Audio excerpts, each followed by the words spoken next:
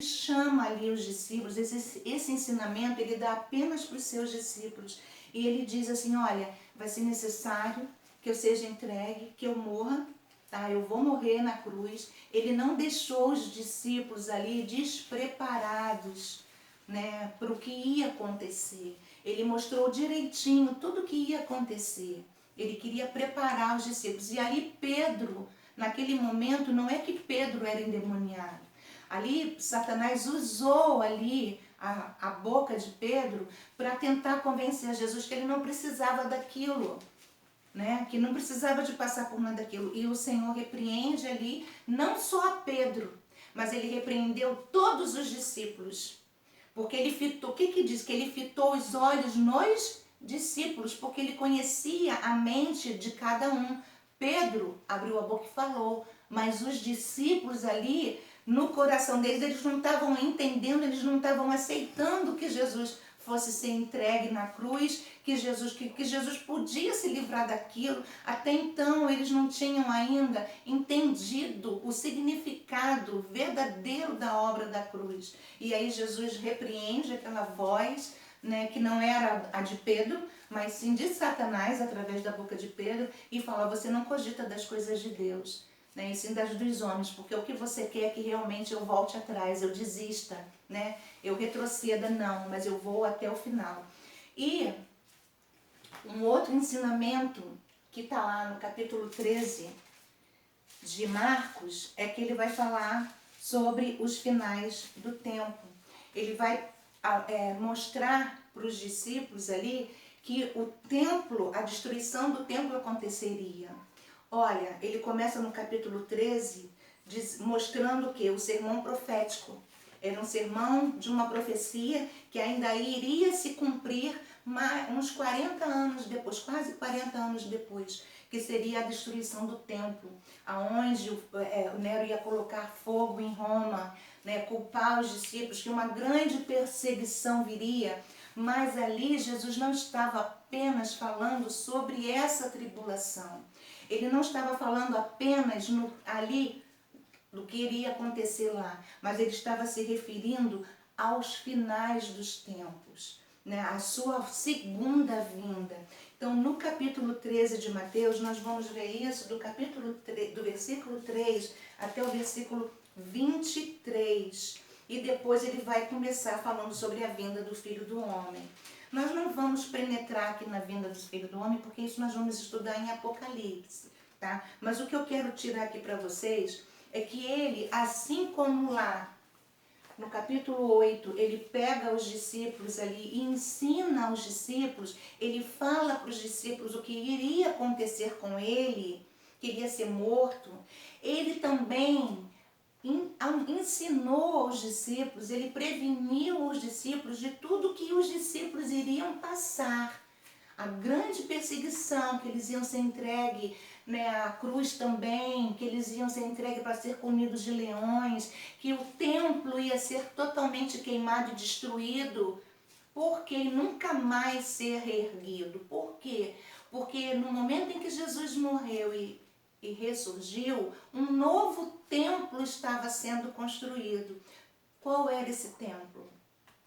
O nosso coração.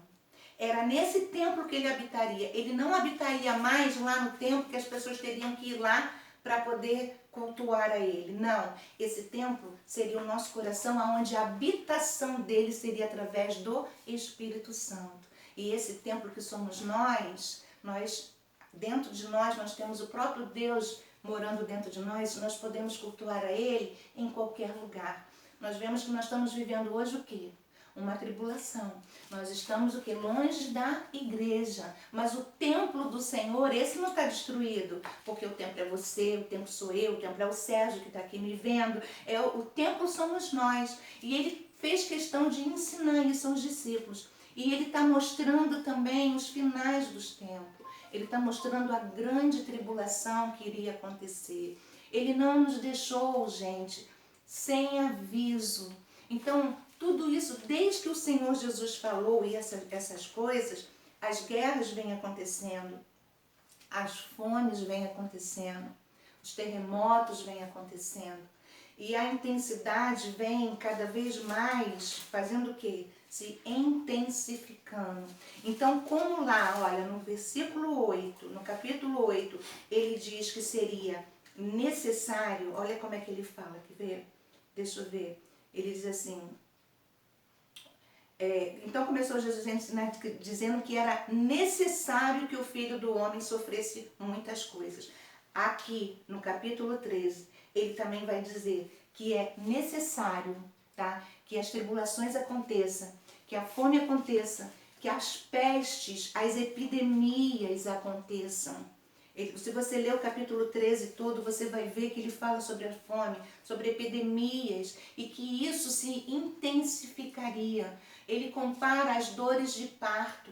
Quando a mulher está para ter o filho, ela vai tendo dores fracas, né? Esporadicamente. Quando o neném já está mesmo para nascer, o que acontece? As dores vão se intensificando, elas vão ficando mais curtinhas, não dá tanto espaço de tempo e cada vez mais forte, até que chega a hora que o neném nasce e a mulher esquece de tudo que ela passou, pela alegria que ela vê ali o filho nascer. Então, Deus compara a sua volta a essa mulher. Ele compara as dores de parto. Quer dizer, desde que Jesus falou isso, essas guerras vêm acontecendo porque são necessárias para a sua segunda vinda, para o nascimento de um novo reino. Né? Um reino já físico, onde nós vamos reinar com o Senhor Jesus fisicamente num corpo, e não num espírito, mas num corpo, né? Um corpo glorificado como o dele tem. Então, tudo que nós estamos passando hoje, gente, o que vocês têm que entender é que são o quê? São as dores, que são os sinais de que a vinda dele se aproxima. Já tivemos muitas epidemias, não tivemos? Muitos terremotos? Tivemos e vamos continuar tendo. Mas essa que estamos vivendo, nós vemos que é pior. Pior em quê? Ela pegou o mundo inteiro. Não pegou apenas, nós vemos epidemias na África, né? Nós vemos epidemias em alguns outros países, mas essa epidemia, ela está pegando o quê? O mundo todo. Não existe um país que esteja isento dessa epidemia.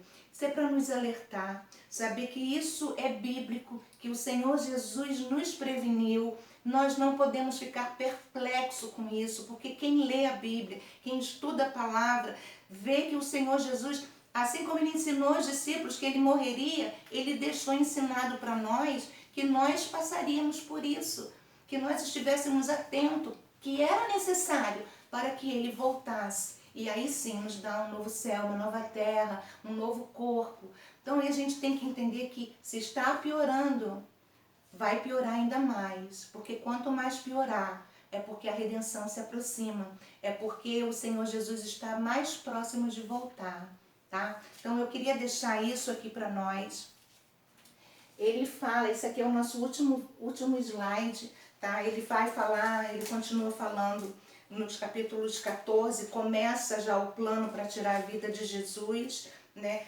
Ele vai, né, para o Getsemane, onde ele antecede a sua prisão e a sua crucificação, mas isso nós vamos falar lá no Evangelho de Lucas, tá? Até chegar, tá, a sua morte e a sua ressurreição, que está lá no capítulo 16 do Evangelho de Marcos, tá? E a ordem para a evangelização, que nós também vamos falar no capítulo, no livro de Lucas, tá? No livro de Marcos é somente isso que eu posso falar para vocês, porque estamos com o nosso tempo muito reduzido, tá? Mas eu quero dizer que se ficou dúvidas, podem perguntar para mim, não deixem de dar o okzinho lá, que vai servir da presença de vocês no nosso caderno de presença, tá? Mais uma vez eu quero dizer para vocês que eu estou com muita saudade e que logo, logo nós vamos poder estar juntinhos. Eu espero que quando a gente entrar no livro de Atos, a gente já esteja juntinho lá na igreja, tá bom? Ficam com Deus, uma boa leitura, um bom estudo e que Deus abra a mente de vocês, abra o coração de vocês para que esses ensinamentos venham dar frutos na vida de vocês, tá? Ficam com Deus. Beijo, Deus abençoe.